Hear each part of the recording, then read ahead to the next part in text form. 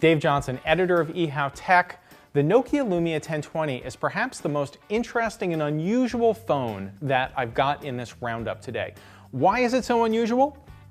For a couple of reasons. First of all, it's the only phone here that is running the Windows Phone operating system from Microsoft. Microsoft only has about 10% of the market, and that means you're not going to see a lot of these phones out in the wild right now. That's not necessarily a problem. I wouldn't make that, keep you from buying one of these phones, but you should keep in mind the fact that because so few people are using Windows phones, there are a lot of apps you might expect to find in the Windows Phone App Store that just aren't there yet. The Nokia Lumia 1020 features a 41 megapixel digital camera. I said 41, and compare that to a lot of phones that only have a 5 or a 10 megapixel camera.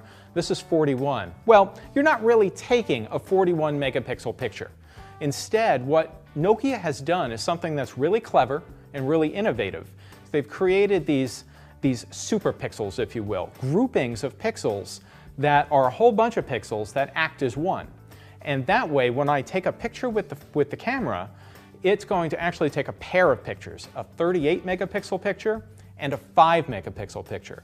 And really, that 5 megapixel picture benefits from much lower noise, better light conditions, and a sharper image overall because of the way those pixels group and give you a better image.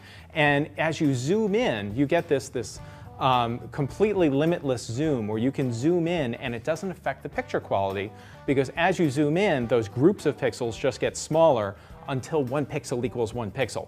It's really complicated.